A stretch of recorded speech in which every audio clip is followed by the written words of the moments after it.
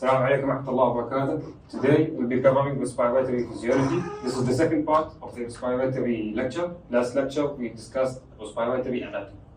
So let's start. So this is just a quick recap on the organs. You have the trachea, you have the bronchi, the bronchioles, and then lastly you have the alveolar.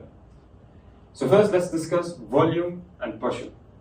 But before we discuss the different types of pressure, we need to understand what even is pressure.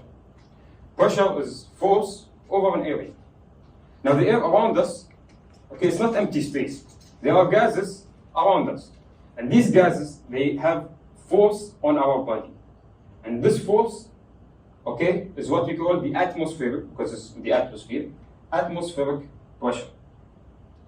So when we calculate this atmospheric pressure using this mercury barometer, we get around 760 millimeter mercury. صوت واضح ولا انزل المايك؟ حس دبدب ولا؟ أنا مو حاسس في دبدب. لا خلاص عندكم بس. Okay, so this 760 millimeter mercury, this is another term for it, is 1 atmosphere. This is the pressure of the air on our body. And the reason I say at sea level here is because the higher we go up, it decreases. So it's important to know that this is 760 at sea level. So this is a constant, 760, and we give it 1 atmosphere. If respiratory pressure is less than it, it means we give it a negative number. So for example, let's say a -1, which would mean 760 minus 1 or 759 millimeter mercury. If it's positive, you add, so +1 would be 761. And if it's 0, it means it is equal. So let's see what this means. First, we'll start talking about the intrapulmonary pressure. Intrapulmonary pressure is talking about the pressure of the air inside our alveoli.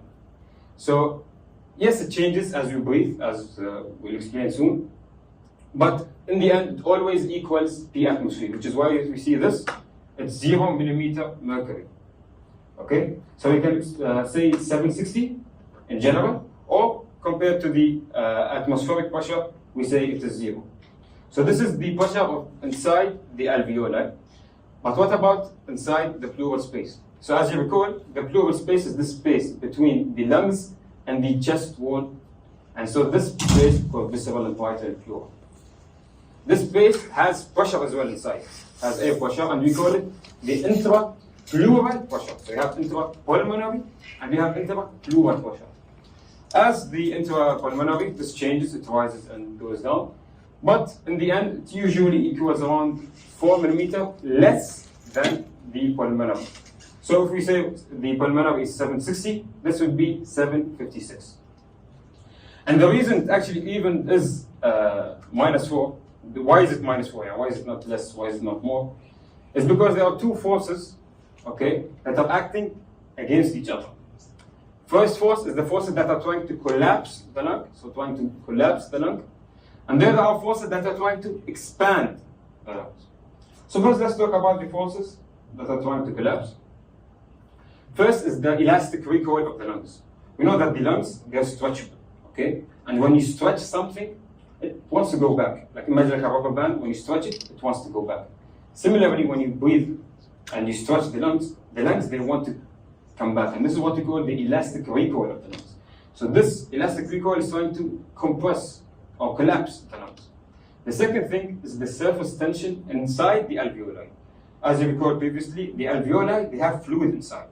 And this fluid, this water, has surface tension. The water molecules are strongly, closely attracted to each other, which wants it to give it this smallest area.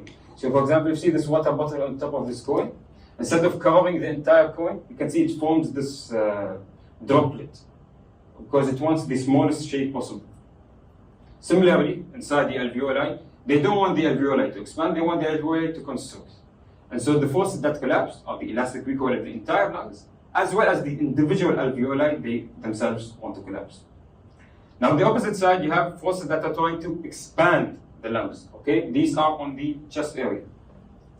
Now, we said that the lungs, they want to go inside, but the chest actually wants to go outside, it wants to expand, okay? Your ribs, your sternum, they don't want to be compressed, they want to be expanded, okay? And so you have 2 forces. You have forces from the inside collapsing the lungs, and then forces from the outside expanding the lungs. These forces, they interact with each other. And in the end, nobody wins, nobody superior. But what you get is this suction effect. And you end up with this -4 millimeter mercury inside the pleural space. Okay? And this -4 is very important because it's actually what's keeping our lungs not collapsed. If we didn't have those -4, our lungs will be collapsed, as we'll be discussing soon. So atelectasis is lung collapse, okay? And it can happen from 2 ways. First, we know that there are bronchioles, okay? These bronchioles, and these bronchioles, they end up with alveolar in the end. So I want you to imagine this. Imagine the bronchioles are blocked, okay? The air inside the alveolar, so there's a bronchiole and there's an alveolar here that's being fed by the bronchiole. خلاص, you block it, so the air is not leaving, it's not entering, okay? But keep in mind here there are capillaries. These capillaries, they keep taking away air, taking away, and the alveolar keeps getting smaller until it collapses. And so this one, when the bronchiole is being blocked by any mucus or anything, this causes atelectasis. But on the other side, remember the -4 we talked about? This -4 can be changed in the case of pneumothorax, when there is extra air inside the pleural cavity. And this extra air can either come from the outside or the inside. From the outside, for example, let's say there's a gunshot wound. Okay, we know that it is -4, so it's 756. This means that the outside is 760. The outside is more, it wants to go to the higher to lower. And so it will keep going inside the pleural space until it becomes 760.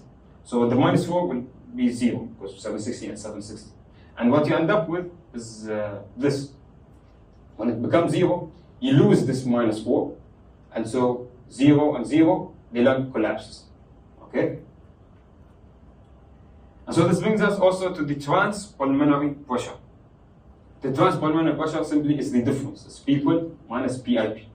Okay? And the transpulmonary pressure is actually very important because this is what keeps our lung expanded. The more the transpulmonary pressure, the more our lung will expand, and the less it will be less expanded. And if it's 0, it means it will collapse. Okay?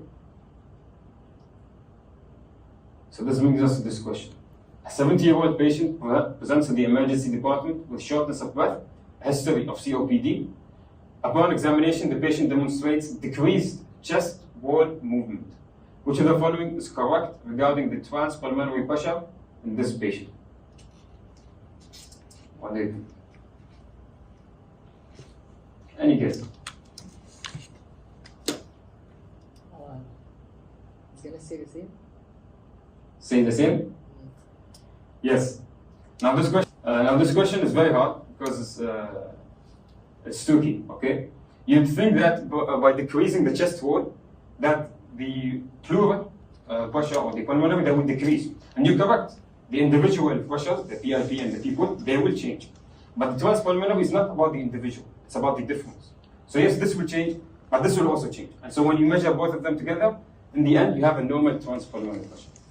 Generally speaking, take it in general, that transpulmonary pressure will not change unless there's like a hole in the pleural. If it's from the parietal, for example, from outside, or visible from the inside. Okay? So next is Boyle's law. Boyle's law states that at constant temperature, the pressure of a gas varies inversely with its volume. So as you increase the volume, you decrease the pressure, and the opposite is true. So imagine this, okay?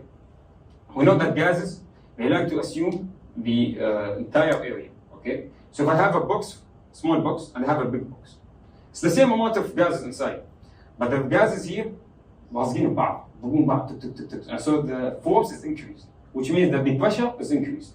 So the smaller volume has a higher pressure, while the bigger volume, the gases are chill, they're separated from each other, and so you have lower pressure. And so this brings us to an important thing, which is that volume changes lead to pressure changes, but also that pressure changes lead to the flow of gases. Remember, in diffusion, it goes from high to low. Similarly, pressure, they like to go from high pressure to low pressure, which you will see right now. Okay? So first step of ventilation or breathing is inspiration, where you take air from the outside to the inside. Now we know that people is 760, and the atmosphere is also 760. So there is no difference. What we need to do is to make the people, which is the inside, less than the outside, so that from outside goes inside. Okay? And this happens with two muscles. Okay? First is the diaphragm. It's dome-shaped, and so when it contracts, it increases the volume. When you increase the volume, we just said, you decrease the pressure. And so the pressure inside will be less than outside, and so air from the outside will enter inside. And so the diaphragm goes down, so it's superior, inferior dimension. The other muscles, which are less important, but they're still important, they're the external intercostal muscles. And it's important to note that it's external, it's not internal. Okay? And so these are in the ribs, they expand the ribs, they expand the sternum. And so you can see like when you expand like this, from the sides, which is lateral, and also from front and back, which is the anterior-posterior dimensions. And so, as I said, as the chest gets bigger, your lungs, they stretch, which means that the space or the volume inside is more volume, less pressure, and less pressure, which means it can go from the atmosphere inside the lungs. And even though the chest cavity, it only expands by a few millimeters, but this few millimeters is enough to have around half a liter or 500 ml of air to enter our lungs. Okay, and this is just a summary. Shows you that when the muscles, the diaphragm, the external intercostal, when they contract, it increases. You can see it increases inside. More volume, less pressure, air enters inside the lungs. Now this is quiet or normal inspiration, but sometimes I want to force more air inside. Okay, for example, I want to dive. Okay, before I dive, I want to take a deep breath. So this take a deep breath, they don't only rely on the diaphragm and external intercostal muscles. No, they also rely on additional accessory muscles. So the scalene and the sternocleidomastoid of the neck, the pectoralis minor of the chest, and the adductor spinum.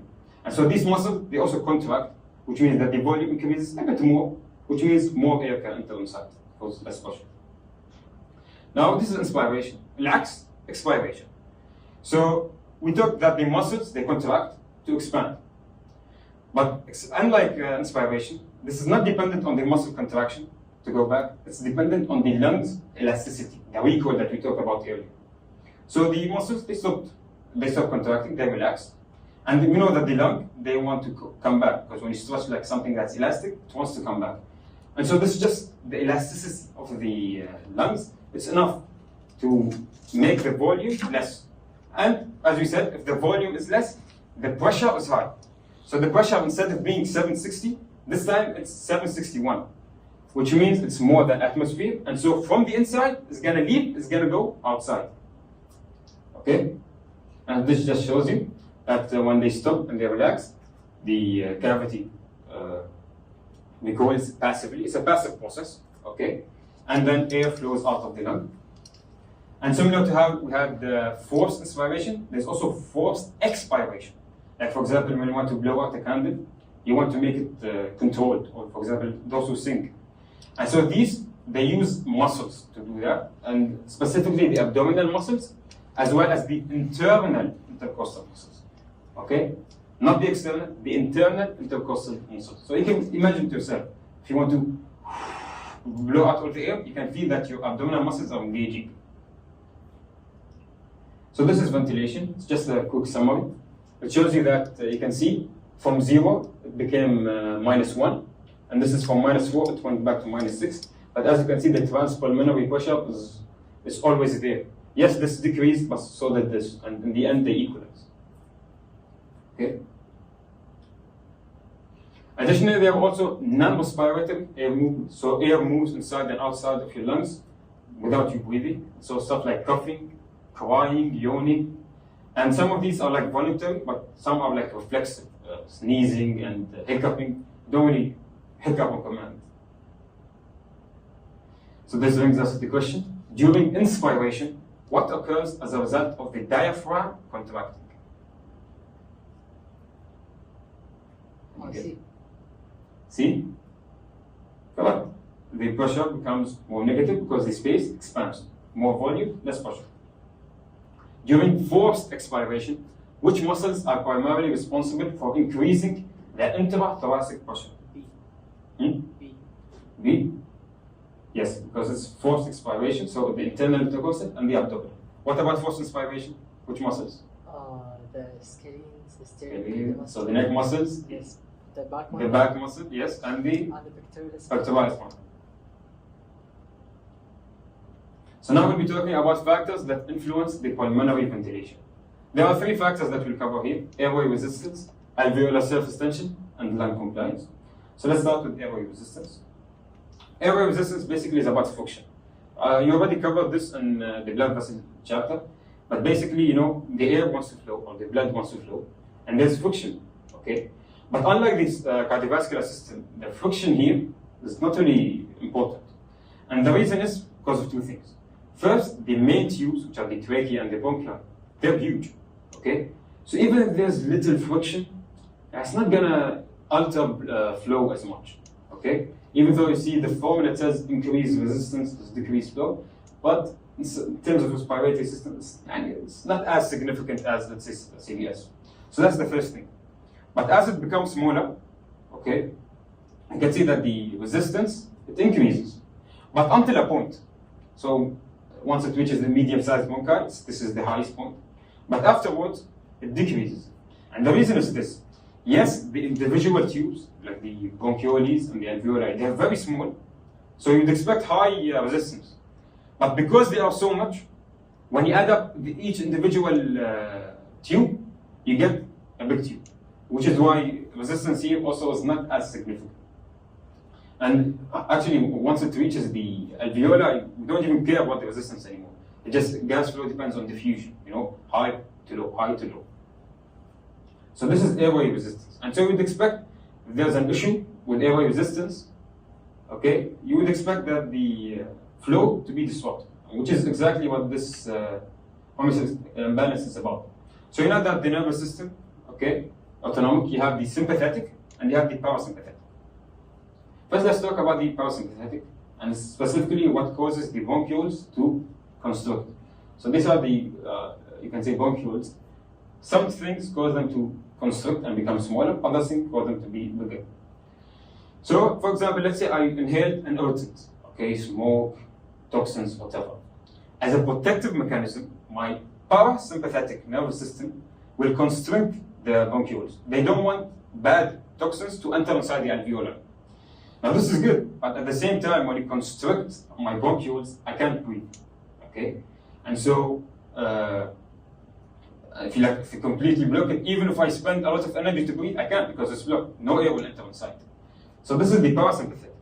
But also there are some diseases that cause. For example, let's say there are infections in my bronchioles, the mucus produce the infectious material inside. This will also block my bronchioles and will cause difficulty breathing, dyspnea. Also asthma. Asthma is an inflammatory reaction. So when asthma attacks, histamine, they cause bronchoconstriction, which is why, and it's very severe bronchoconstriction, which is why if you don't treat asthma attacks, it can be deadly, even though the treatment is very simple. Now this is the parasympathetic or bronchoconstriction. But there's also sympathetic nervous system, or the fight or flight. So imagine this, I encountered the stress, my epinephrine goes up, my lungs, they want additional air so that I can run, I can get more oxygen. And so instead of constricting, my bronchioles will dilate. So this just shows you that constriction and dilation affects how air flows inside the alveoli. Then you have alveolar surface tension. So you remember previously where I said that the water molecules that are lining inside the alveoli, they're trying to get the smallest size possible. If you only had water inside the alveoli, instead of being like a balloon, they will completely collapse because water is this strong. But, alhamdulillah, we don't only have water. There's also what's called surfactant, which is released by type 2 alveolar cells. Surfactant here is the same surfactant that's like a similar concept to that in detergent, sabun. And so what it does is that it weakens the polar bonds, which weakens the surface tension. So the surface tension is still there, it does not completely go away, but it's not as strong. So instead of the alveoli collapsing completely, they just exist a bit like this. And I want you to imagine this. If the alveoli completely collapses, okay, what do you think is going to happen? We're going to need to spend more energy to expand. Exactly. I'm going to need more energy to expand them. يعني, imagine like you have a balloon and you're blowing inside. You know that in the beginning, when it's completely deflated, you need more energy to start. But once a bit inflated, it becomes easier to inflate it more. So it's a very similar concept. You want it a bit inflated so that when you inflate it more air, it becomes easier. We don't want it to completely collapse. Okay? And so this is exactly the problem with infant respiratory distress syndrome. So we know surfactant is important. But the thing is, during our umbilical life, surfactant is produced like in the last 2 months of fetal life. And so with premature babies, they don't have these last 2 months. And so they don't have this surfactant inside their lungs, which means that their alveolar, they collapse. And so they need more energy to expand them. And so, of course, we can help them out by spraying surfactant. We can also use positive airway pressure, basically to like putting air inside so that the alveoli expand. But the thing is, even if we treat and we use this mechanical ventilation, these positive airway pressure, over time, because we're using too much and they're very little, they get what's called bronchopulmonary dysplasia, which is basically abnormal development of their lungs. So it's very unfortunate. So the last thing we'll talk about is the lung compliance. Last of the factors. Compliance, very easily, is about how easily your lungs stretch. Okay? If it stretches more, it has high compliance. If it doesn't stretch as much, it has low compliance. So for example, you can see that the rubber stretches. So you say rubber has high compliance, but leather, for example, Egypt, doesn't stretch as much, so it has less compliance. And lung compliance is determined by 2 factors. Of course, this sensibility, or how stretchable the lung is, as well as alveolar surface tension. So you expect that if this sensibility is less, or how much it wants to stretch is less, compliance will be less. And if alveolar surface tension is high, what do you think will happen? Compliance is less. Compliance is less because the alveoli, there is high surface tension, they want to become small. So they don't want to expand, they don't want to have high compliance. So normally, healthy humans, they have high lung distensibility and low surface tension. But of course, disease can change this. So distensibility can be changed with disease, and surface tension is by surfactant, like IRDS that we just talked about. But you know, the lungs, they don't just exist inside our body. They're also encased by the thoracic cavity, by the chest wall. And so even if the lung, for example, had normal compliance, healthy compliance, if the chest wall had any disease that stopped it from also expanding, you also have issues with compliance. Okay, and could make breathing harder. And so it says here that the total compliance, you don't just take the lung compliance, you also take the thoracic wall compliance. And so this just shows the diseases. First is about the lungs itself. You have, for example, infection or whatever on your lungs, it causes scar tissue. And scar tissue is not the same as the normal tissue. It does not stretch as much. So you have less stretch, less distensibility, which means the compliance is less. So when compliance is low, it takes way more energy to breathe than normal. Okay? But also, there are also other problems with the chest wall cavity. You know that the chest wall, you have the costal cartilages, they're cartilage, they're not bone, they can stretch a bit. But if they're ossified due to old age or whatever disease, or for example, paralysis of the intercostal muscles, the external intercostal muscles, they don't stretch as much, which means you also have issues with compliance. So lung collapse is prevented by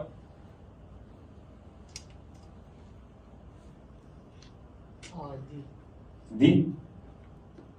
D or B? D. D. What do you think?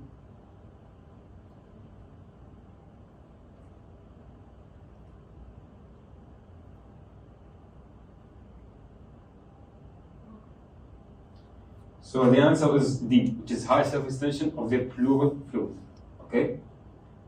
Because we just talked about, you remember the suction effect that you talked about, the -4.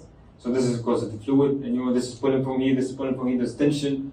And so this causes suction effect in the fluid, which gives us the -4, the transpulmonary pressure, etc. So A is wrong because if there's high pressure, you're going to have, instead of -4, you're going to have positive, so it's going to be collapsed. High elasticity of lung tissue. We talked about elasticity wants to collapse, okay, and then surface tension of the alveolar fluid. Of course, the alveolar won't collapse. So, alveolar fluid is different from pleural fluid. Just pay attention. So, a 28-week gestation age infant has a low amount of surfactant. What is the purpose of giving surfactant therapy? So, IRDS. لا جاوب. What do you think?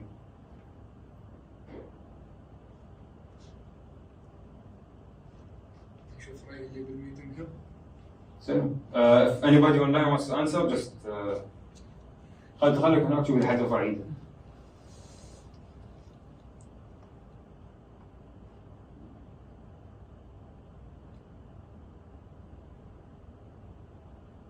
Do you have a guess? أي شيء. حتى لو 50-50.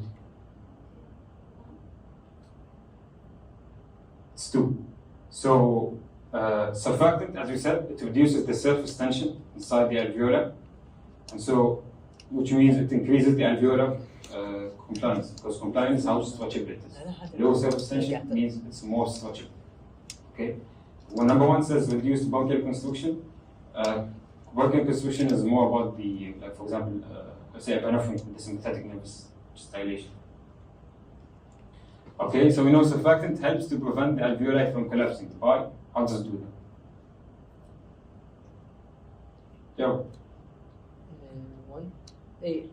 Yeah, so it interferes with the cohesiveness of the water molecules. It messes with the polar bonds, and so you reduce the surface tension of the alveolar fluid. So خلاص, we just finished the volumes and pressure, which brings us to the second topic of respiratory volumes and capacity.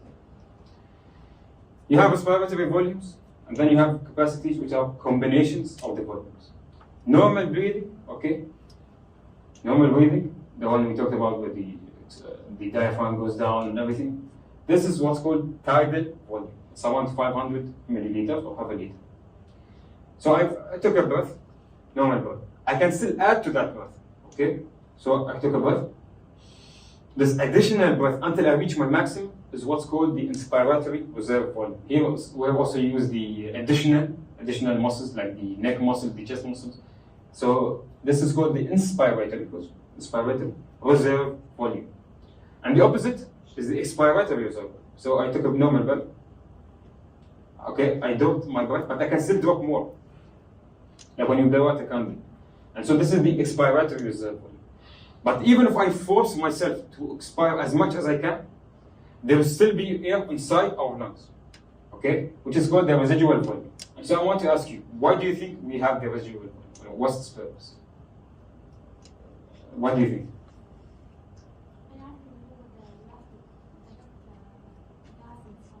صح.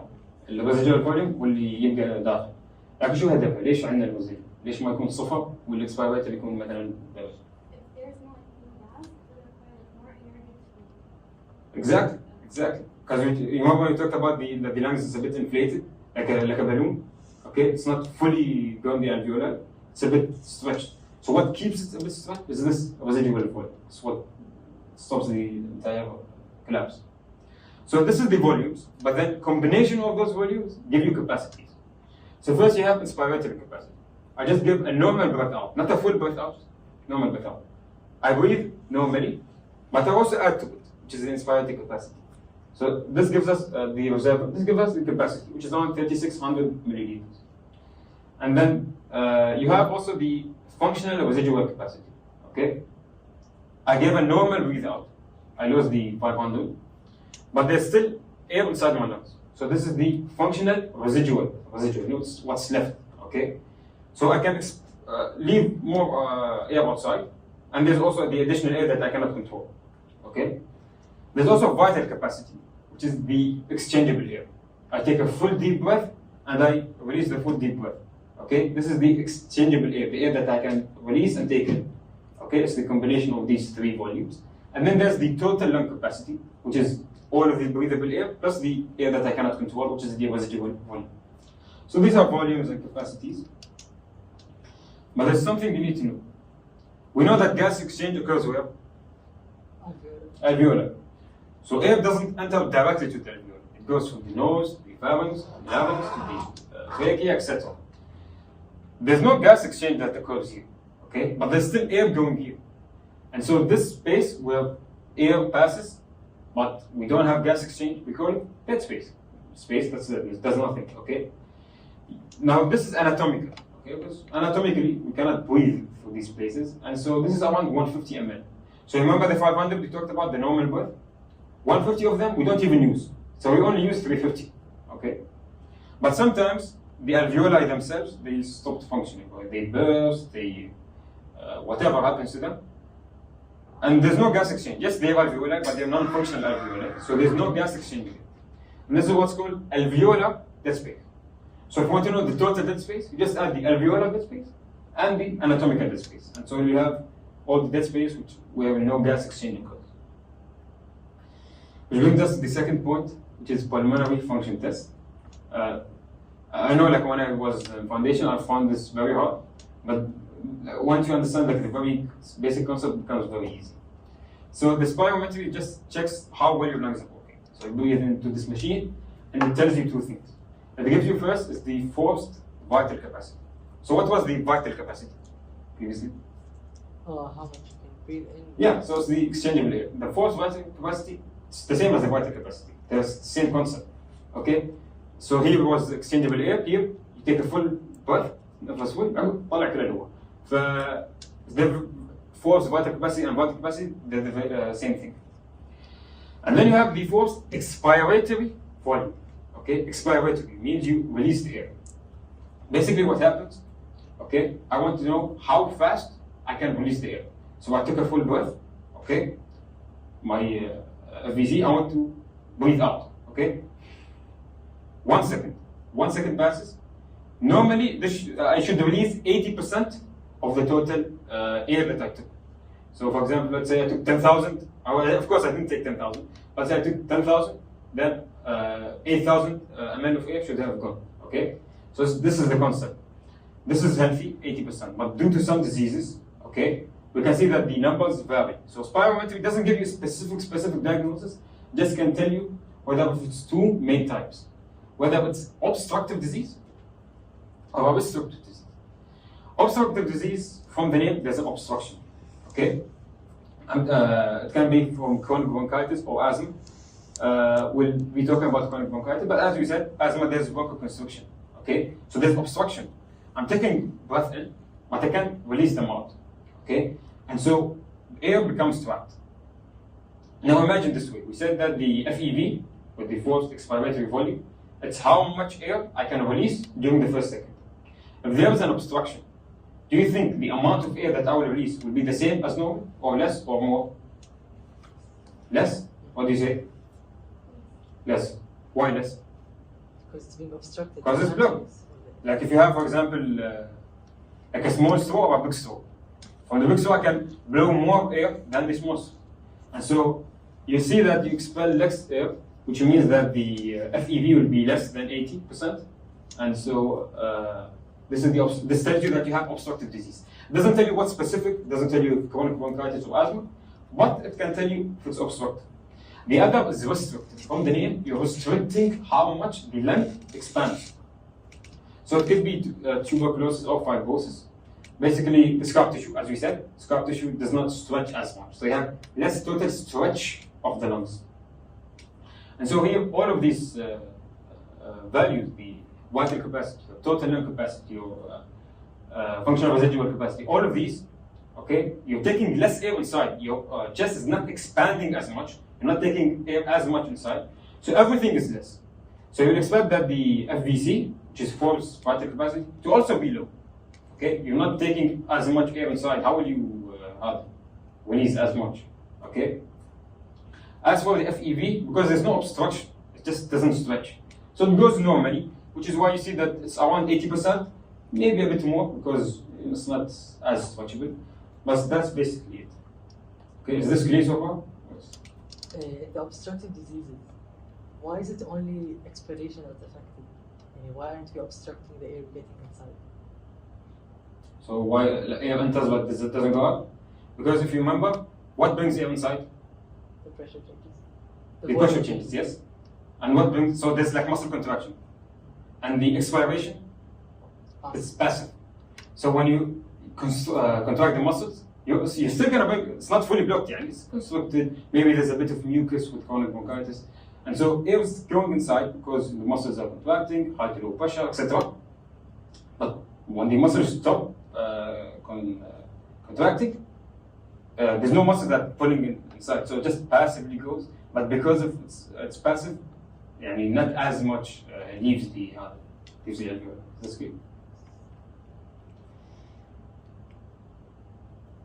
Okay, so yes, so then you have alveolar ventilation. Basically, minute ventilation is how much you're breathing in a minute, okay? Or how much specifically the amount of air you're taking in a minute. Minute ventilation, minute breathing. So usually normal humans have around 12 breaths per minute, okay? And we know that the normal breath is around 500 ml. So 12 times 500, okay, gives us around 6 liters per minute. So this is the amount of air that I'm taking in and out, that breathing in every minute, okay? Of course, during exercise, because you're breathing more, you're taking more air and you're running hard, it can even reach up to 200 liters per minute, which is very high. But we said that not all air we breathe in actually participates in gas exchange, yes? Some of them are lost in the dead space. And so, okay, I'm breathing in the 6 liters, but I'm not actually using 6 liters, which is why we care about the alveolar ventilation. Not how much air enters our lungs or our bodies, no. How much air reaches the alveoli that are functional. And so, of course, the same frequency, which is 12, multiplied by the total, so the 500 that I'm taking in, minus dead space. So if we say, for example, dead space is 150, it will be 12 times 350, or 4.2 liters. So for a normal human with normal dead space and normal everything, he's taking 6 liters of air inside, but he's only actually using around 4.2. Okay? And increasing the volume of each inspiration enhances the alveolar ventilation rate more than increasing the frequency. And I'll explain this here.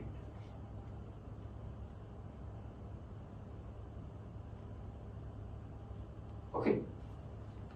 Normal breathing, okay? Slow deep breathing or rapid shallow breathing. Rapid shallow is like when you're panicked, okay? Slow deep breathing, okay? They all have the same dead space, 150 ml. It's constant, okay? So what's different is the amount of air inside. Of course, I'm taking rapid shallow breathing. It's shallow.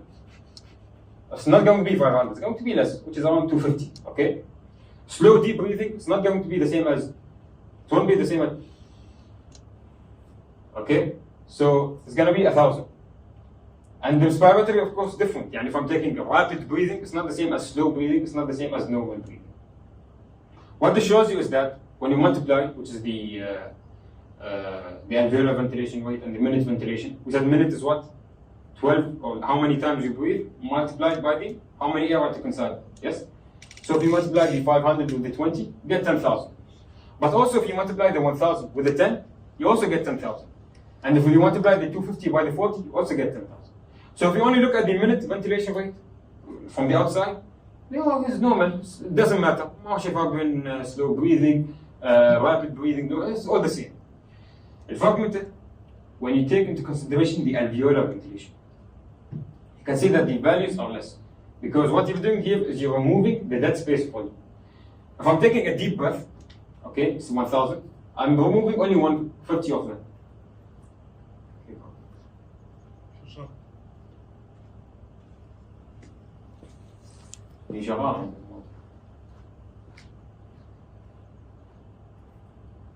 Okay, it's okay, I'll continue. So you, yes, so the amount of air, you're subtracting the dead space. If I'm taking rapid and shallow breathing, okay, let's say I'm taking 250, I'm removing 150 of them, so I'm only using 100. And if I'm breathing very, very, very fast, you can, let's say I only took 150 inside. Minus 150 is 0, which means I'm not even breathing at all. Yani I'm taking breath in, but I'm not using it. So the best way to use oxygen is to have deep inspiration to increase the volume. يعني تعود. You're going to lose 150, you're going to lose 150. So increase the target volume instead of increasing the frequency. Which is why if you want, okay, they recommend that don't just like breathe rapid and no, take deep breath, calm down. Is this clear? Any questions? خلص؟ النت؟ يا سلام.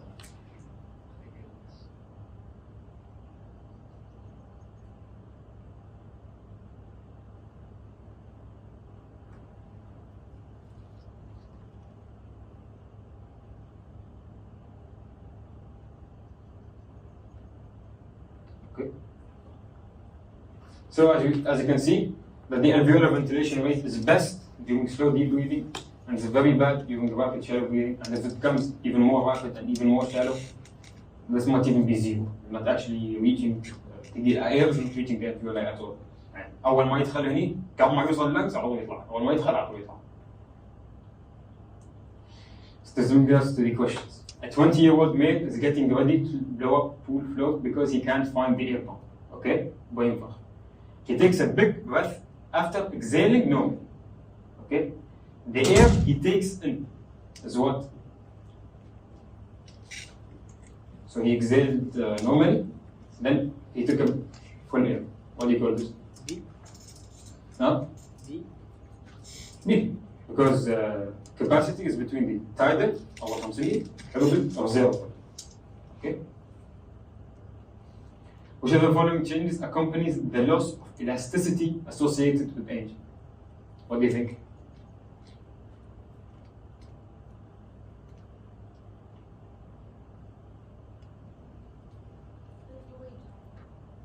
اوكي اللي تو دخل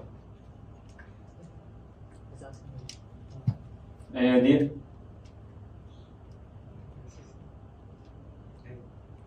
ايه correct.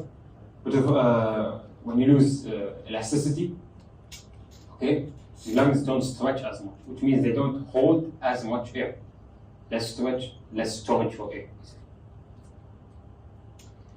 Okay, so a 50-year-old patient undergoes spirometry, which is the experiment we just talked about. The results show that the FVC1 and FVC2, first second and second, they are reduced, okay? The ratio is 60%, and the residual volume is decreased. What's the most likely diagnosis? Someone from the team. Just open your mic and answer. حدثنا؟ ولا إيش؟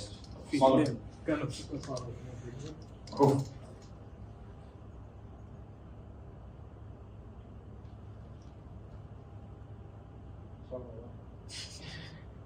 No idea. Okay, anybody else? What do you think?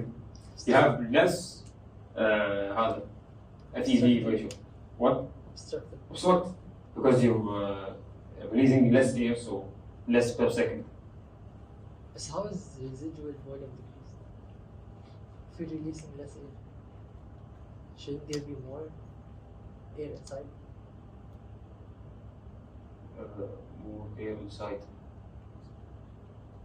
Well, maybe it's decreased by other factors. So the most important thing here is the FEV/FVC ratio. If you see it's decreased, خلاص على طول you choose obstructive because the restrictive is the same or increased. It won't be decreased. But I'll double check why it's decreased. Yeah, so this is the end of this. Stop.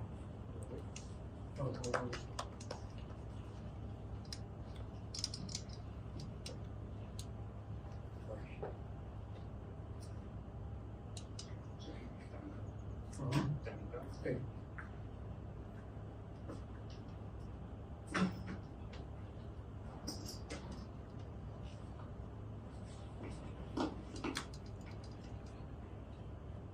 Yeah.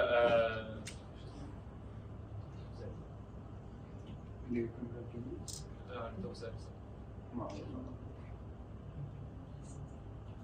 كويس. طبعا. تبكي بس انه يخدعونك. شو والمفروض يكون انكريس. إيه. بس انه يضيعونك يعني، بس ده لا تركز على الثاني، بس ركز على الاف اي في وانا ريشن. المفروض هذول يحفظوا. يعني احفظوا. والفهم يساعدك اذا تفهم انه والله obstructive I'm releasing less air etc. بس اكثر شيء يعني ركز على الريشن، اذا كان اقل على طول obstructive، اذا تم نفس الشيء او زاد obstructive.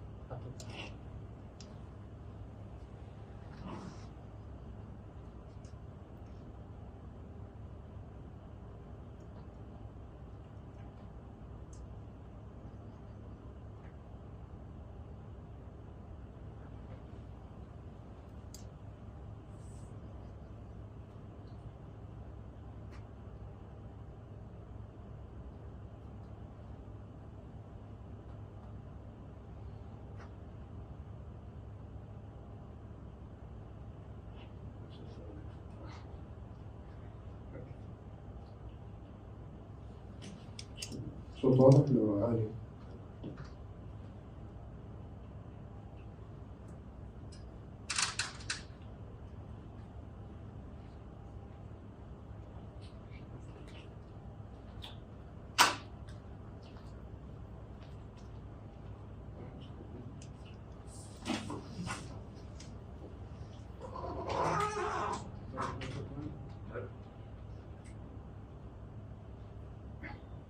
So, Bismillah ar-Rahman ar-Rahim. Assalamu alaikum everyone. I'd first like to thank Khalifa for his amazing presentation, which will be continued after my part as well, ending with him with the respiratory diseases. We'll start with section 22.6, which mainly talks about gas exchange. أعطيهم بريك ولا كم محتاج؟ اليوم محتاجين بريك شيء؟ كله تمام؟ محتاج بريك؟ Okay, so this was a recap that was done by my colleague. And now getting into the main topic. So starting off with the two main laws that we have here. First one is the Dalton's law and the second one Henry's law. So Dalton's law of partial pressure, from its name partial pressure, it mainly states that the total pressure in a certain environment is the sum of each pressure of the atoms present in there.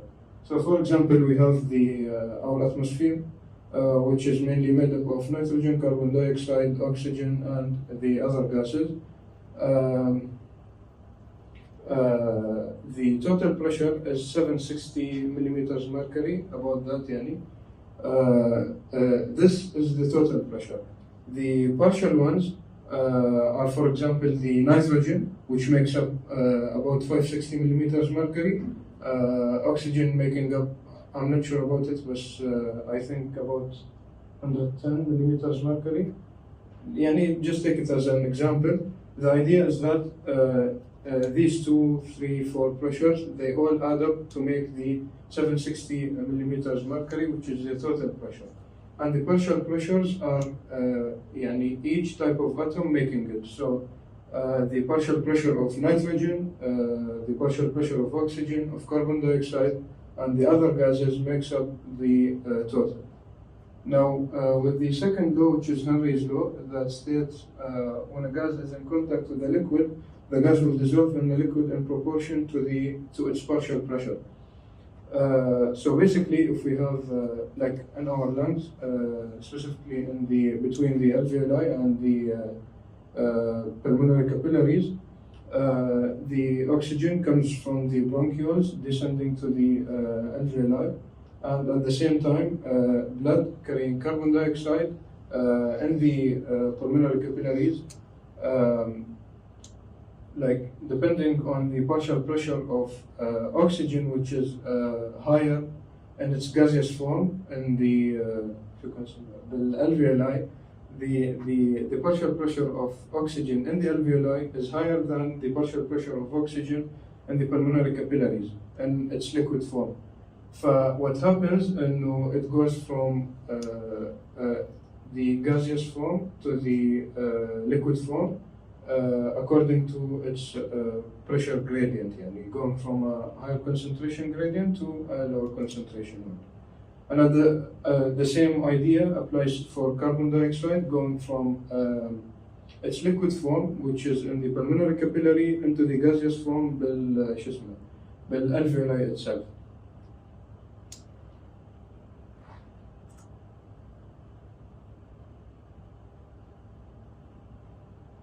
So, as we said, the amount of gas that will dissolve in a liquid depends on first and the most important factor, that's the partial pressure of the gas in contact with the liquid. It also depends on the solubility of the gas in the liquid and the temperature of the liquid. In the next slides, we'll know how solubility plays a role in oxygen diffusion or availability in the plasma. And the temperature of the liquid also plays a major role in converting gaseous form to liquid form, or vice versa. So for the temperature point, you can think of it like as evaporation, where when we heat water or when we increase heat to water, it will be converted from the liquid form into the gaseous form. And the same thing applies here. When the temperature of a liquid increases, the probability of a gas in contact with that liquid turning into liquid itself it decreases as well. So they're inversely proportional. But then we have an important point about the oxygen toxicity. Now, yes, oxygen is what we breathe and what we need for our cells, for metabolism, energy, and all fundamental things. But in high pressures and high intakes, it leads to what's known as oxygen toxicity, because these high oxygen levels lead to things known as free radicals. These free radicals, if they accumulate, they cause CNS disturbances, coma, and even they can cause death.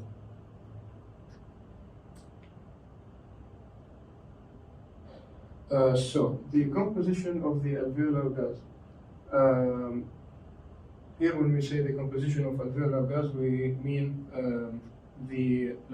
we're targeting the abundant form of gas that's found in the alveoli itself before diffusing out or diffusing into the alveoli. And in our case, it's the CO2 that's most abundant, or is the one dominating in the alveoli, alongside with water vapor. Now, why is that? Because, as we know, when our cells metabolize, the metabolic products are mainly CO2. CO2 is released into the blood, reaches our pulmonary capillaries, and then is diffused along its concentration gradient or pressure gradient, going from the pulmonary capillary into the alveoli. That's why it's the main thing that's found there. And it's not oxygen, because oxygen directly diffuses from the alveoli into the pulmonary capillary, supplying the RBCs.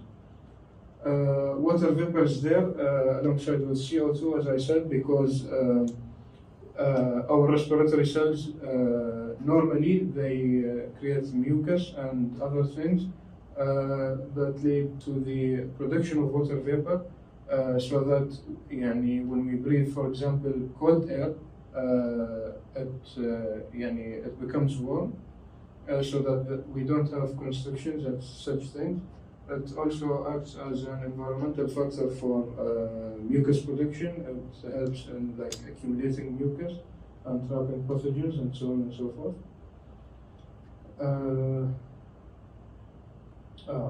Here's an important point saying that the alveolar pressure of O2 and CO2 are easily changeable by breathing deeply.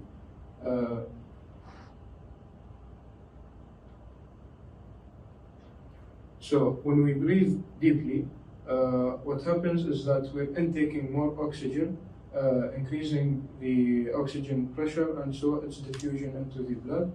And the same applies for CO2. When we exhale, we would exhale a bit more forcefully to replace the to balance between the oxygen and carbon dioxide interchanging them.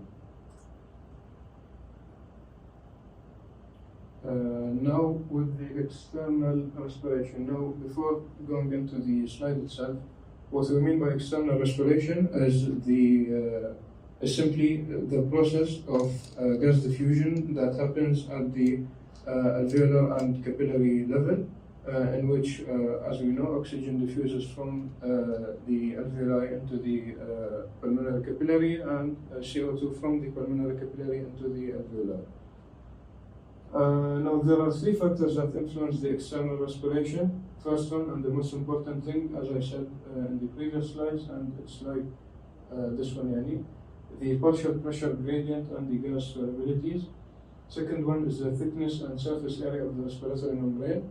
So if we have certain diseases that can cause مثلا edema, in the alveoli. This leads to a thickening in the surface area through which diffusion happens. When this happens, we're decreasing the diffusion rate and diffusion amount itself of both oxygen and carbon dioxide. So the thinner the membrane is, the better the ventilation, and the thicker it is, the worse it gets. And finally, the ventilation perfusion coupling, which we'll be covering in the next slide. And here we have an important note saying that even though the oxygen pressure gradient for oxygen diffusion is much steeper than CO2 gradient, equal amounts of these gases are exchanged. Why is that? Because CO2 is 20 more times soluble in plasma and alveolar fluid than O2.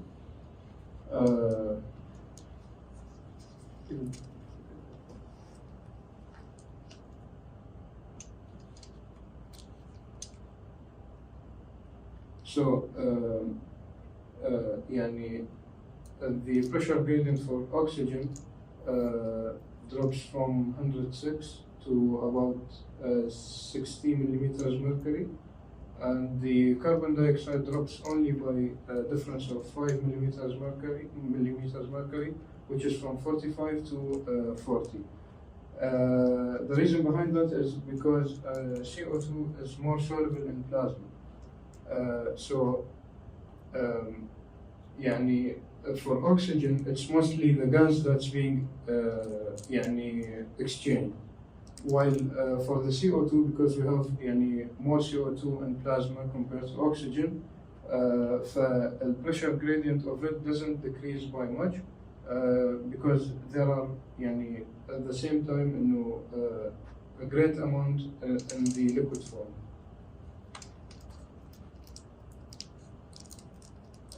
Now, as I said in the previous slide, waterlogging, edema, pneumonia, pneumonia and right heart failure leads to waterlogging and edema, leading to very poor ventilation and gas exchange. While we have a disease known as emphysema, which leads to the collapse of the alveoli, leading to decreased surface area, which was a factor that leads to external respiration. So emphysema leads to less surface area and so poor external respiration. Other things can be tumors, mucus, or inflammatory material that can clog the bronchioles or the alveoli themselves, blocking oxygen from coming in or CO2 from going out.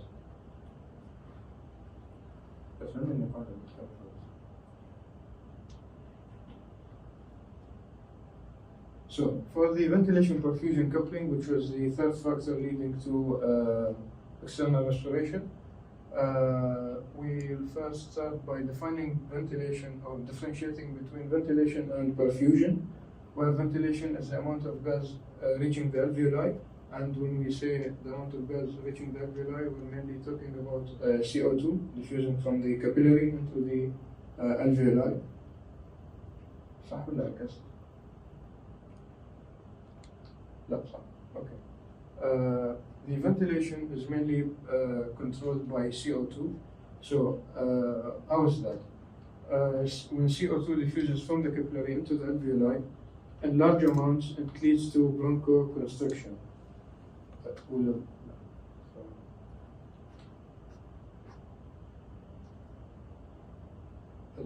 Increased CO2 leads to bronchodilation, صح? Increased CO2 leads to bronchodilation, صح?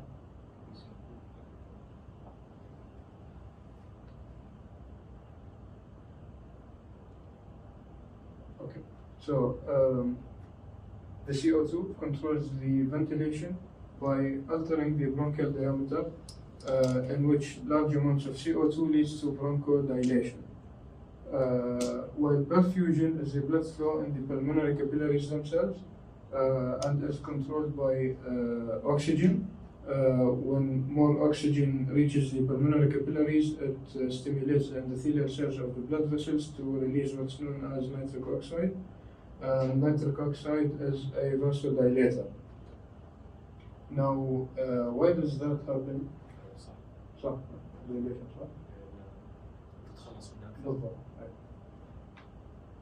Okay, so the goal behind the bronchodilation and or vasodilation that happens is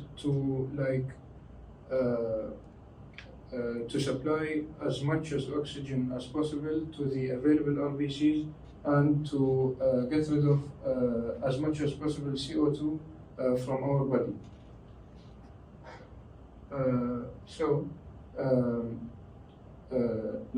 If there was a plug in one of the pulmonary capillaries, this will lead to less carbon dioxide or less blood flow into that pulmonary capillary, meaning there will be less CO2 which acts on the bronchioles, and so the less CO2 leads to bronchoconstriction.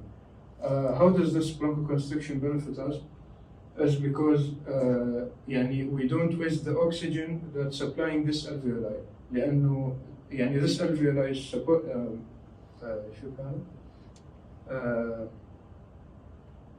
supplying this capillary. The capillary is already clogged, so there's no blood that would be benefiting from the oxygen that's coming. So we bronchoconstrict it so that the air coming diverts into another bronchiole with a capillary that's having a normal blood flow, so that we can have the maximum oxygen supply to those RBCs. And at the same time, when we bronchoconstrict, when we're bronchoconstricting, we're also diverting oxygen from supplying this bronchiole. And so we're also diverting this oxygen supply to other normal bronchioles and capillaries, so that they supply those capillaries. This decreased oxygen supply leads to vasoconstriction, so we're also diverting the blood away from this clogged capillary.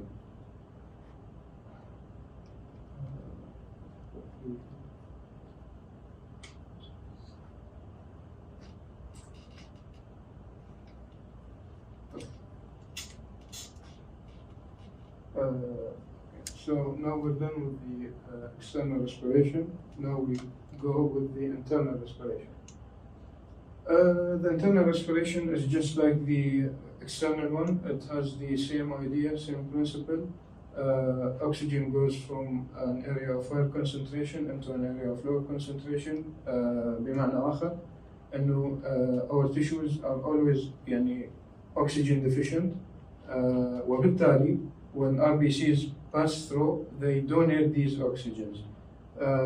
At the same time, our tissues, because they're metabolically active طبعا, they're always producing CO2 واللي هو 200 milliliters per minute. So CO2 will go from an area of higher concentration, which is the tissues, into an area of lower concentration, which is our RBCs. And then our RBCs will take them to the lungs so that they are diffused.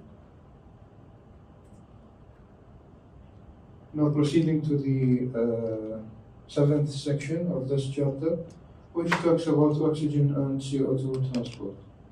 So starting off with oxygen transport, oxygen is mainly transported in two main forms. The first one is being dissolved normally in plasma, but this is the least seen form.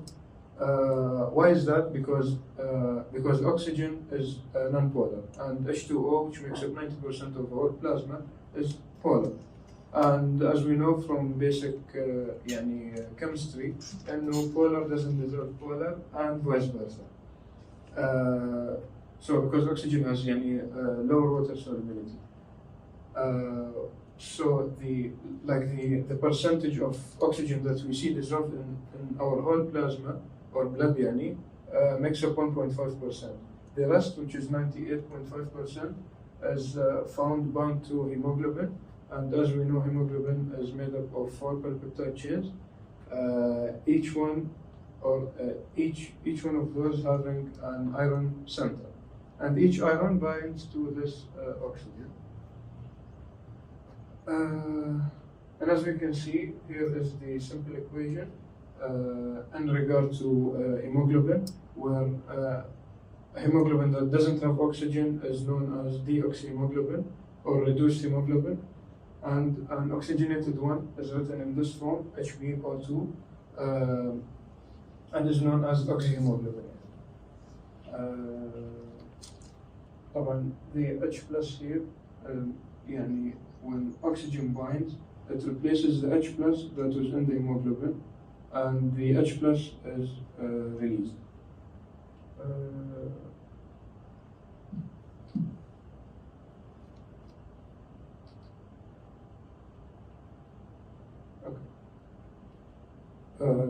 So, as a matter of fact, in each 100 milliliters of our blood, there are 20 milliliters of oxygen making up that amount. So, our blood is about 5 liters. So, oxygen would make about 250 milliliters of our total blood plasma. The point in here is that as blood passes through the capillaries and gives off oxygen, it's 98% saturated of the hemoglobin. When it passes through the capillaries and gives off oxygen, from 98 it decreases to 75% of saturation, which is still a very high percentage of saturation. And this explains why when we take a deep breath, and if we measure the oxygen concentration in the hemoglobin and in the blood itself and in the alveoli, we would see that the hemoglobin saturation won't increase as much, لأنه it's already highly saturated. But the only thing that we see إنه the alveolar and the arterial blood pressure of oxygen increases, لأنه we're taking air in.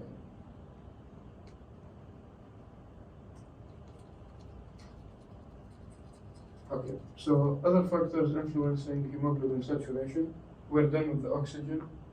We have these 4 main ones. So all of these 4, the temperature, the 2,3 bisphosphoglycerate, the hydrogen ions, and the partial pressure of CO2, they all act indirectly proportional to the or with the hemoglobin saturation. So an increase in temperature would decrease the hemoglobin saturation. An increase in the BPG, which is produced by the RBCs, would also decrease the hemoglobin saturation, and these two as well. Now, why is that? First of all, temperature, increased temperature or high temperature resembles high metabolic activity. When we have high metabolic activity, we need more oxygen. So we release more oxygen in this form. The high temperature weakens the bond between the hemoglobin and the oxygen itself, leading to the release of oxygen, which we need at that time. BPG acts the same as temperature, and then we have these 2 factors which contribute all in one to a law known as Bohr's law, which states that as CO2 and H plus bind to hemoglobin, they lead to the release of O2, or they increase the tendency of O2 being released. It's the same concept of temperature, and when we have higher than normal CO2 or H plus, this indicates that we're having a highly active cells, and so we're needing more oxygen. Now we're done with the oxygen. Now going to the carbon dioxide. Now carbon dioxide, not like oxygen, it has 3 forms instead of 2. The first one is being dissolved in plasma, which makes up 7 to 10%. The other one is being chemically bound to the hemoglobin, which is around 20%. And the last one, and the major one, is in the form of bicarbonate ions and plasma, which makes up 70%. Okay.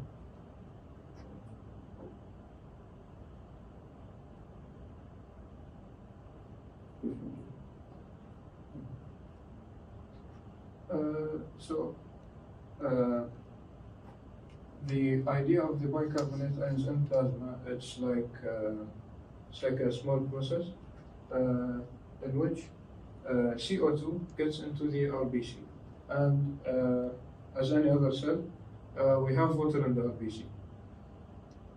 So what happens is that there's an enzyme. There's an enzyme that's responsible for the reaction happening between CO2 and H2O, leading to the formation of what's known as carbonic acid. Now, carbonic acid is an unstable compound, so it directly rearranges to form bicarbonate ion, and which is HCO3 minus, and hydrogen ion. After that, the HCO3 is released into the blood. After that, HCO3 is released into the blood, the bicarbonate ions, going all the way to the lungs. In the lungs, they re-enter the RBC, the same enzyme that led to the reaction of CO2 and H2O forming carbonic acid. Leads to the reaction is reversed, where bicarbonate ion becomes H2O and CO2. The CO2 is released into the blood again, and from the blood into the alveoli. Now, when HCO3 is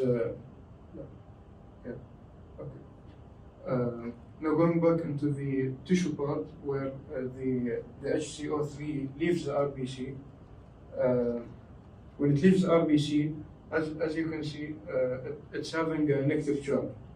So to replace the loss of this negative charge, we have what's known as chloride shift, in which HCO3 goes out of the RBC, and at the same time chloride enters the RBC with its negative charge to balance the charges, so that we avoid any imbalance. And then we have the Haldane effect. In the Bohr effect, we said that CO2 and H plus lead to the release of O2. Now, in the Haldane effect, we're saying that oxygen binding to the hemoglobin leads to the release of CO2 and H plus. So they're like opposing each other. طبعا slow breathing leads to accumulation of CO2, and so we have a lower pH, or an acidic environment. لأنه with CO2 we have H+, we have an acid environment. With fast breathing, we're getting rid of the CO2, so we're having a higher pH or an alkaline environment. Now the final part, the simplest one, but one of the high yield things in the exams, which is the hypoxia. Hypoxia is simply any reason that causes insufficient oxygen supply to the body tissues in general, and according to the cause, there are four main ones: the anemic, the ischemic, the histotoxic, and the hypoxemic. Now, the anemic, from its name, it's anemia. So there are too few RBCs, or RBCs with abnormal hemoglobin. So they can't bind oxygen. Or ischemic, from its name as well, it means that there is an impairment in the circulation. There is a plague in the circulation. So the area beyond the clot, or where the impairment is not being supplied by RBCs. Third one is histotoxic, from its name as well, toxic. Always remember cyanide. When you see cyanide, it's always histotoxic. In this case, the cells are poisoned by many things, such as cyanide, as I just said, leading to them being unable to metabolize oxygen, and so they can't function. And the final one is hypoxemic, in which there is a deficient oxygen supply or ventilation in general due to any pulmonary disease happening. And finally, we have the carbon monoxide poisoning, as written here, that carbon monoxide has 200 times affinity to hemoglobin compared to oxygen. So when we breathe in carbon monoxide, it will directly replace the oxygen that's taking the hemoglobin's place. But the fun fact is, when we have CO poisoning, we won't have the cyanosis or the bluish discoloration in the limbs or in the skin in general, as what would happen in any case of these hypoxias. How we treat it? We simply give 100% high pressure of oxygen for a certain period of time, so that oxygen replaces carbon monoxide. تعبتوا؟ لا لا. أسئلة؟ But I have one question. Yeah. For the perfusion ventilation company. Yes. We're using the line more on the bronchoconstriction and the bronchodilation to match. Is there any case where we can instead vasoconstrict or vasodilate? Yeah, ما هو I said إنه we have يعني هو إحنا we have two main elements. First one is the CO2, in which higher amounts of CO2 leads to bronchodilation. ليش؟ لأنه لما يكون عندنا more CO2 فمعناها عندنا high blood flow للكابيلاري هذيل، تمام؟ فبالتالي we want to supply that high amount of blood for bronchodilate so that more oxygen comes in to saturate the RBCs that are in there, or at the same time so that we can get rid of this huge amount of CO2 that's there. When we bronchodilate, as I said, we're getting more oxygen in.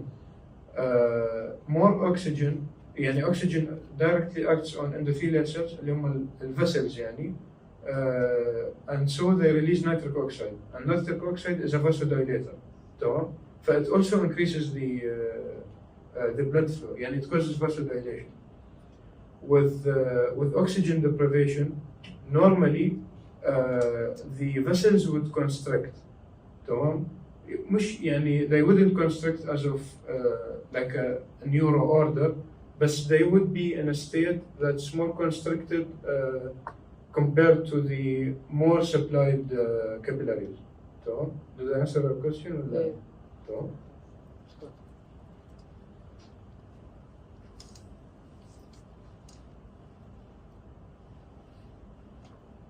طيب. And carbon monoxide poisoning, CO binds to the heme of the hemoglobin much easier than oxygen. What effect will this have on the ability of the tissues to get oxygen? من يحب يجاوب؟ تتفضل. Okay.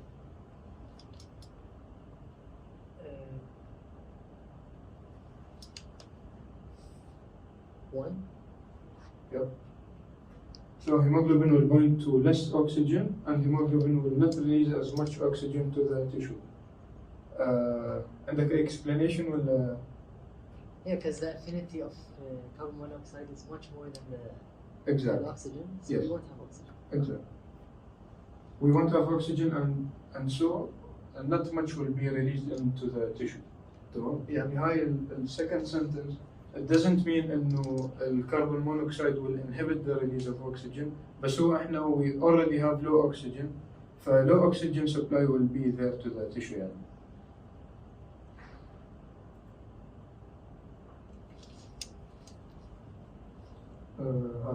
هذا معك السؤال حطيته بالغلط. لأنه عبارة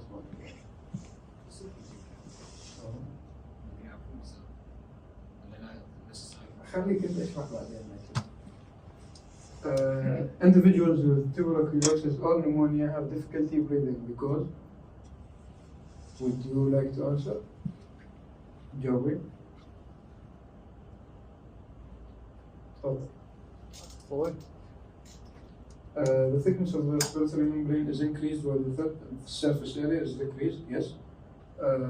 لأن as we said, يعني any respiratory disease, especially the ones mentioned above, would lead to the collapse of the alveoli, so the surface area, or edema, فبيصير عندنا thickened respiratory membrane.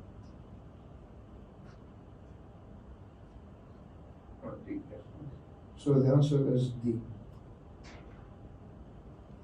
Carbon dioxide is largely transported in the blood as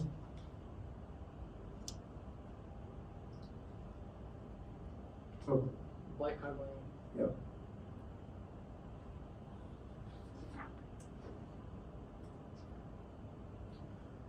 Which of the following events in the chloride shift occurs last?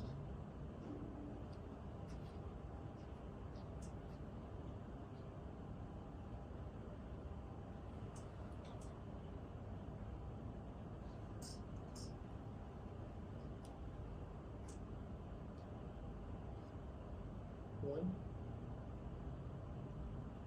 7.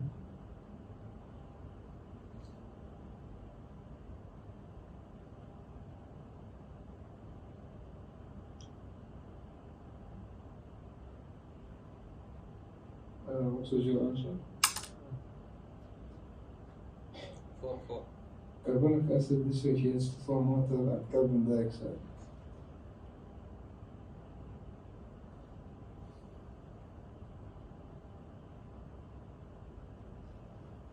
Is this chloride shift the one happening in the tissues or in the lung?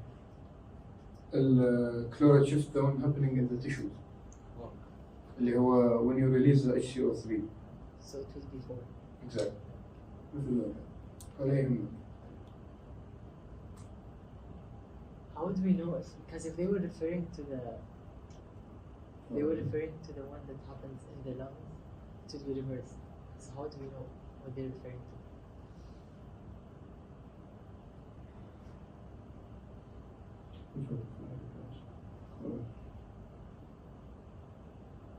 Carbonic acid dissociates from water and carbon dioxide. Actually لا صح. لا ما هو أنت either ways you're releasing the same thing. Yeah. تمام.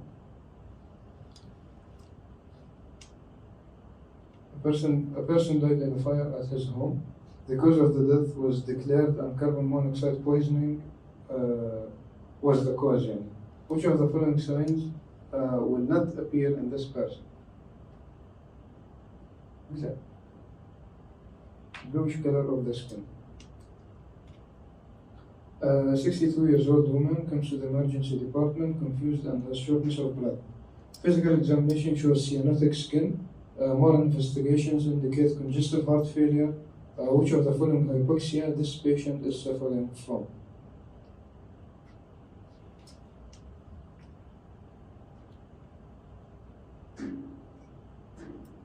Ischemic.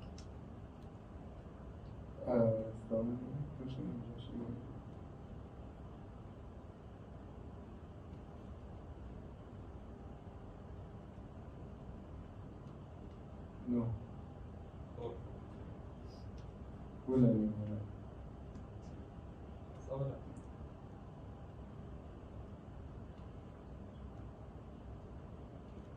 It's the hypoxemic. Yeah, it's the hypoxemic.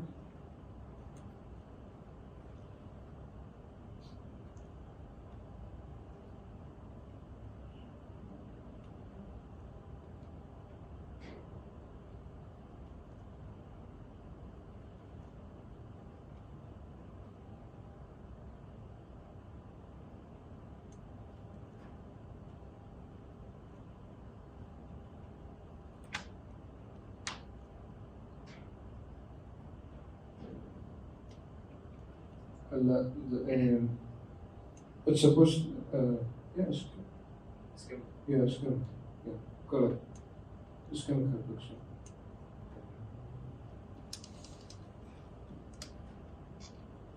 62 years old woman comes to the emergency department confused and has shortness of breath. History indicates that she was subjected to cyanide poisoning. What type of hypoxia this patient is suffering from? Yep. So the answer is histotoxic hypoxia.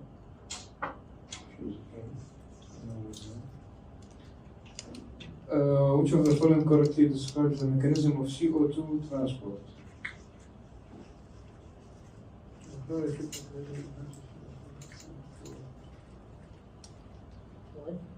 Yep.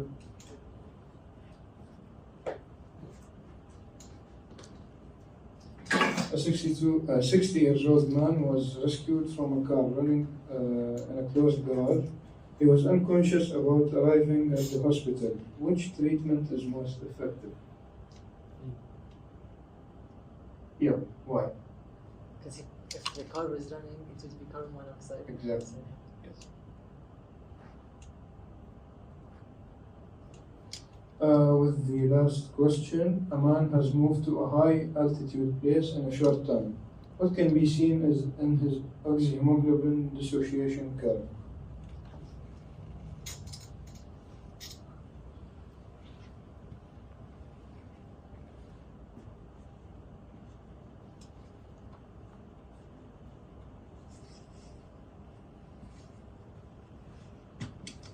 How to say it, bro? عندك رأي؟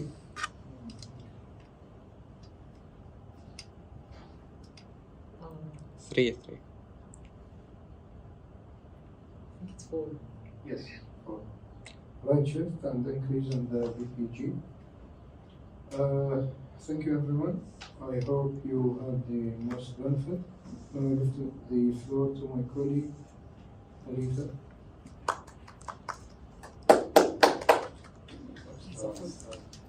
هوزع ابتسامة.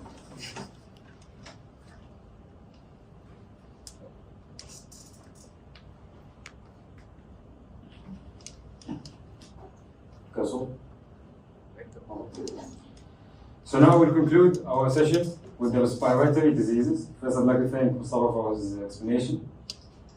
Bismillah, let's start. Starting with COPD, or chronic obstructive pulmonary disorder. Chronic means it's with you for life. Obstructive means there's an obstruction. Remember the obstructive diseases we talked about earlier? What was special about them? That you couldn't release air, yes? So COPD, they're characterized by an irreversible decrease in the ability to force air outside the lungs. There's an obstruction in the airway, and so you cannot release air. There are some common features of these diseases because COPD is an umbrella term. It's not one disease, it's many diseases. So some common features include the fact that they have history of smoking. Okay, I think 80% of them are smokers. There's also dyspnea or difficulty breathing. There's frequent coughing and infections, which we'll explain why in a second.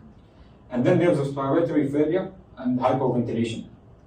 Of course, you're not breathing enough, and so carbon dioxide is increasing, you're getting respiratory acidosis and hypoxemia, or low oxygen. So now, when it comes to treating COPD, we generally give them bronchodilators. We want to remove the blockage. We also give them corticosteroids, which are anti-inflammatory drugs. So we want to reduce the inflammation. And then finally, we give them oxygen. You have to note something with oxygen. Now, we didn't cover the respiratory drive this semester, but the way you give them oxygen is not the same way you give oxygen to a healthy person, okay, or someone who doesn't have COPD, let's say. The way I can explain it is this. Let's say my body is used to having 99% oxygen, okay? Because they have COPD and they have hypoxemia, they're not getting enough oxygen. Over time, their body adapts to lower levels of oxygen. So instead of being used to like 99%, they're used to 86%.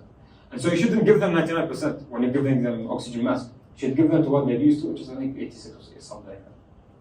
So now there are two major diseases we'll cover under the umbrella term of COPD, which are emphysema and chronic bronchitis, starting with emphysema. Emphysema is usually caused by smoking, same thing with chronic bronchitis. But what's special about it, or what differentiates it from chronic bronchitis, is that they also have hereditary factors, like the alpha-1 antitrypsin deficiency. Okay, so if you see this alpha-1, emphysema. So the thing about emphysema is that, you know, alveoli, they're small, yes? And they're like together, like grapes. The thing is, the walls of the alveoli, they become distorted. So instead of having multiple small alveoli, you have one big alveoli. And so this has major problems. First, breathing becomes physically exhausting. Why is that? Because you know that alveoli, they have this recoil, okay? The thing is, when you remove and combine them all to make one big alveoli, you reduce the surface area. Reducing the surface area means you have less recoil, and so breathing becomes harder. So, in fact, you spend 3 to 4 times more energy than normal people. The second thing is that air gets trapped inside the lungs, okay? Of course, because of the recoil of the alveoli, but something else which happens for complex reasons. You don't need to know why it happens, but just know it happens. When you breathe in, the bronchioles, they open. But the thing is, when you want to exhale, they collapse. This doesn't happen normally, but in emphysema, it happens. And so air becomes stuck inside of the lungs, and so you see them having like this barrel chest, expanded chest, okay? And the diaphragm is flattened. So you imagine like it becomes harder for them to breathe as well, because they can't expand as much. Now, you're breaking the alveolar walls, and you know what's around the alveolar walls? Around the alveolar, what are around the alveolar? Capillaries, yes? When you break the alveolar walls, you're also destroying the capillaries in the process, which means that there's less space for blood to flow, and so there's basically high blood pressure occurring. And so high blood pressure would mean that the heart would be more affected, and it might actually cause heart failure. Which side specifically? Right side, because the right supplies the lungs, left supplies the body. Okay? So you can see here, for example, instead of having multiple small alveoli, you're having this one big alveoli. This is emphysema. And you have this barrel chest, you can see, instead of being this is the afasada. So this is emphysema. The other disease is called chronic bronchitis. Bronch means the bronchioles, and itis, inflammation. So there's inflammation that's always there, and it's due to irritants like smoke, which is I think most common risk factor, or it could also be like air pollution. So people who live like very high air pollution areas also have this issue. What happens is there's excessive mucus production, okay, very high mucus production, and of course there's going to be inflammation, and the inflammation is going to cause scarring of the airway line, okay. So there are many issues that can result from this, and the scarring, the lungs are not expanding as much, you can't release as much, mucus are blocking, so obstructive disease of course, and so it's hard for air to go through, okay.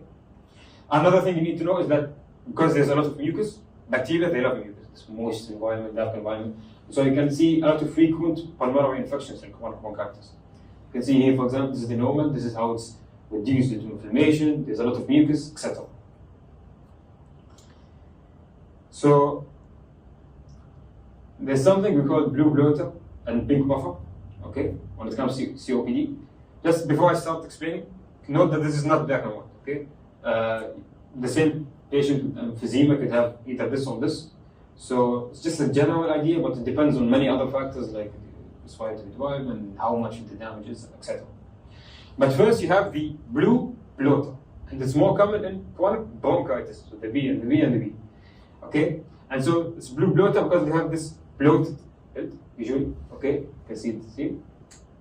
And they're blue because they have low oxygen levels, and so they are cyanosis. So blue bloaters with chronic bronchitis. And the hypoxia causes constriction of the pulmonary blood vessels, okay? Of course, constriction of pulmonary blood vessels, which means increased resistance, increased blood pressure, and increased blood pressure, of course, will cause which side heart failure? Yes. Increased blood pressure in the pulmonary. Oh, right. Right, okay? So you can see right-sided heart failure for these. The other side, you have pink buffer, and it's more common in emphysema. See, emphysema has this P, so PPP, and there's BBB. Okay, so these people, of course, they spend more energy, and so you see them like breathing very hard, very fast, they basically puff, which is what I call pink puffers. And so, because they also consume 3 to 4 times more energy, you can see that they are thinner than usual. So you have the opposite here, blue bloaters, and then you have the pink puffer. Now the reason they're pink is that yes, they have problems, but they're still receiving somewhat normal amount of oxygen. So they didn't reach the level of cyanosis. Okay, they're still pink. Okay, and it's just like a summary can show that tobacco smoke and air pollution can cause either of these, but alpha-1 antitrypsin deficiency is more for emphysema. You can see the breakdown of elastin, elastin for the recall of the alveolar, etc., and causes many other issues. So next we have asthma. Okay, asthma is a chronic obstructive disease. Okay, but I want you to tell me, why do we not classify it under COPD, chronic obstructive pulmonary disease? Why do we have something that doesn't come from a disease that doesn't come from smoking or something that you snatch out? Okay. Okay. What else? It's reversible. It's reversible. COPD is irreversible. Once the damage is done, the damage is done. Asthma, no, it comes with episodes. Okay, I have an asthma attack, I treat it, it's gone until I have another attack. Okay, so what makes it unique is that it is reversible, but it's the same thing. It's still an obstructive disease, so it's hard to release air and it's hard to breathe, etc. So there are very common symptoms include coughing, wheezing. Wheezing is very important. If you see wheezing, you immediately think about asthma. Okay, dyspnea, panic, and of course chest tightness. We used to think that first we had bronchospasm, because asthma is like usually occurs due to irritants, so like cat hair, dog fur, stuff like that, irritants, smoke, dust, cockroaches, stuff you find in your homes. So we used to think that first bronchospasm or bronchoconstriction came, and then we had the inflammation. But new research suggests the next. We first get the inflammation, and then bronchoconstriction happens. So before we just gave them bronchodilators, bronchoconstriction, let's give them dilators. But now we know that there's inflammation, and the inflammation is the main cause, and so we give them corticosteroids, which are anti-inflammation. Let's see here, for example, that it's bronchoconstriction, and we have the other. So then you have TB, or tuberculosis. It's a contagious, infectious disorder. Okay, it's infection caused by a bacteria called Mycobacterium tuberculosis. Okay, I think, if I'm not mistaken, 1/3 of the human population has TB. So a couple of billions, 3 billion, 2-point-something billion. It means, statistically speaking, you know someone who has TB. Okay. Now it spreads, of course, by air and mostly affects the lungs, but can affect other things. So you might ask, okay, if 1/3 of the human population has it, why aren't we sick from it? And the answer is, to think about it, initially, when it enters our body, our immune system covers it. Okay? So you can see in this image, you have these macrophages, the fibroblasts. They're basically, it's like a cage, blocking it in. But the thing is, it doesn't die, it just stays inside. And so over time, for whatever reason, let's say our immune system became weak. We became immunocompromised. Okay? Let's say cancer and chemotherapy, radiation therapy, etc. Your immune system became weak. So this cage opens, and so the bacteria releases and starts causing disease. So symptoms include fever, of course, it's infection. Night sweats is very important, this is a key word, night sweats. Weight loss, racking cough, and of course, coughing up blood. Now, multi-drug resistance TB. Basically, when you want to treat TB, you have to treat it completely and correctly. If you don't do a good job treating it, or if you don't complete the treatment, the TB can become resistant. And so over time, you have this multi-drug resistant TB. The TB or the bacteria is resistant to multiple drugs. I'm using antibiotics, but they're not working. And so this can cause even bigger problem. It's like a super bug, basically. Okay? So this is TB. And then we have lung cancer. I think lung cancer is one of maybe the highest cause of death. And I think North America, I don't know here, maybe come top 1, top 2 epidemiology. So it's one of the most highest causes of death in terms of cancer. But the thing about it is that 90% of cases are because of smoking. So imagine if people didn't smoke, 90% of cases, and a big chunk of those would have disappeared. And so this is very sad, and it's a leading cause of death. And we know that normally cilia, in our respiratory badges, they throw out the irritants, okay? But about smoking and tobacco, the cilia become paralyzed. they stop removing these irritants, and so the irritants, they enter the lungs, they start accumulating more and more irritants, tobacco, etc. And so this causes cancer. Okay, so they are carcinogens. When it comes to lung cancer, early detection is very important. Lung cancer is highly metastasized. Metastasis means it moves, it starts in the lungs and then moves somewhere else in the body. So it's very aggressive, it moves a lot. And so if you find it late stage, you really can't do much about it other than give them chemo or radiation, and even then it doesn't work. I think that the 1 year survival rate and the 5 year survival rate was very low when it came. So we have to find it early. Okay, it's in the lung, in this part of the lung, cut this part of the lung before it moves to other areas of the body. Now there are 3 types of lung cancers. Okay, there are more, of course, but in your book right now we just need to know these 3. The first is called adenocarcinoma, which is around 40% of cases. It starts in the peripheral of the lungs, so the outside, okay, specifically the where the alveolar, in the end of the lungs. And so it can also goes in the alveolar, but also bronchial glands, because adeno means gland, so bronchial glands. Okay, and they form small nodules. Then you have squamous cell carcinoma, which is around 20% of cases. It arises in the bronchial epithelium, so the epithelium and squamous cell, you can tie them. The thing about them is that they produce these large masses that a cavity, basically cavities like they have a cave, they have a hole inside, and it starts bleeding as well. The last type is small cell carcinoma, which is around 15% of cases. It's very aggressive. It starts basically in the male bronchi, and it can move towards the mediastinum, which can cause many other problems.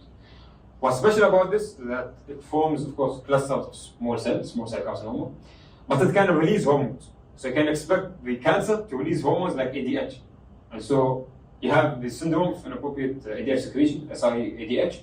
You have water retention, you have all these problems that are not coming from the kidneys or coming from, no, it comes from the cancer. So as what makes it unique, And so these are the types. You can see adenocarcinoma in the peripheral, squamous cell, you can see cavitation, center. This is large cell. I didn't find the picture for small. Large cell, you can see it's here, but small cell is there, it's in the main bronchi. And brings us to the last disease, which is sleep apnea. Apnea means no breathing. Okay, so basically while you're sleeping, it's a sleep disorder.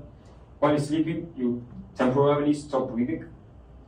Okay, and of course, if you don't breathe, you can have to wake up, which means that during the night you're not really sleeping well. Okay, you think you slept for 8 hours. Some people with sleep apnea don't even know they have sleep apnea, but people around them would know. You can hear them snoring and it's like they're getting choked. This is very characteristic of it.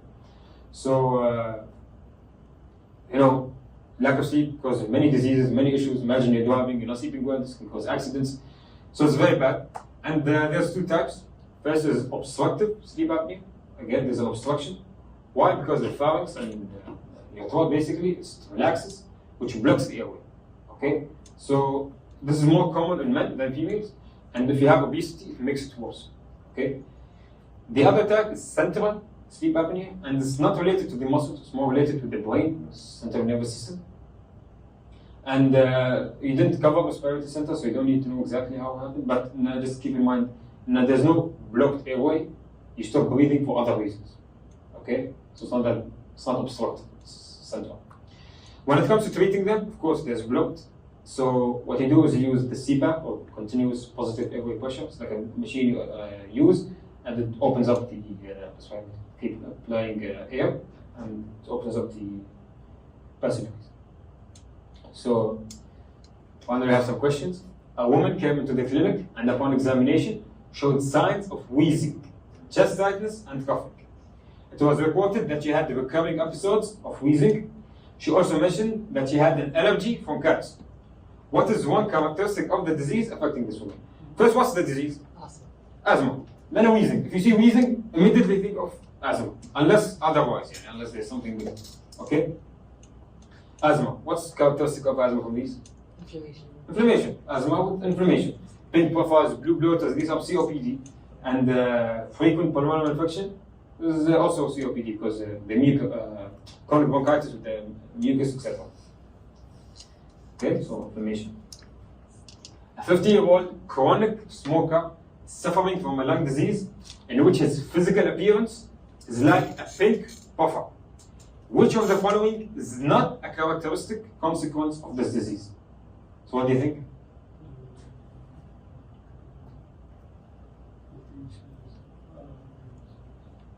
Pink puffer. PPP. C.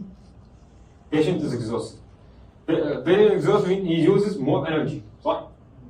Okay. First, what's pink puffer? Right ventricular. What's pink puffer? What disease? Probably C. Or C. Emphysema. Okay, with the P. Chronic bronchitis is blue bloater. So we know emphysema, we know that they are tired, so use more energy, which means C is characteristic, okay, exhausted, uses more energy. So C is what else? Mucus is uncovered. Maybe as I mean, it's a characteristic. The smokers have mucus. Okay, which one, B or D? Hypertrophy would come because more mucus, just to be bigger. So D. Hypertrophy because there's hypertension in the lungs, and so the right side is working more, it's hypertrophy, and so it can cause heart failure. So B is characteristic. D is barrel chest. Barrel chest is a characteristic of emphysema. The answer is A, because excessive mucus production is more with chronic bronchitis. But they are smokers. And this Yes, they but are chronic smoker. yes, as you don't focus on chronic smokers as much as you focus on pink puffer. Look at the keyword in the question. Even with pink puffer or without, mostly like chronic smokers, normal smokers, that smoke. They have Of course, Nana Celia is not working. But right now he's not talking about the core of smoking. It's not like which characteristic of smoking. He's talking about pink puffer specifically. It's not a characteristic of this disease. Who? Pink puffer. But focus only on pink puffer. And I know It's covered, but it's not. no, we don't want the smoking, we want the emphysema. So excessive mucus production is the core. Okay, and this brings us to the end of our session. I hope you benefited. I know right now you have your biolab final after tomorrow, so good luck with that. Inshallah. Okay. Thank you all for who attended. I hope you benefited. If at any time while you're studying, okay, you need any help, any questions, reach out to us, and inshallah I will try our best to help you. Okay? Thank you.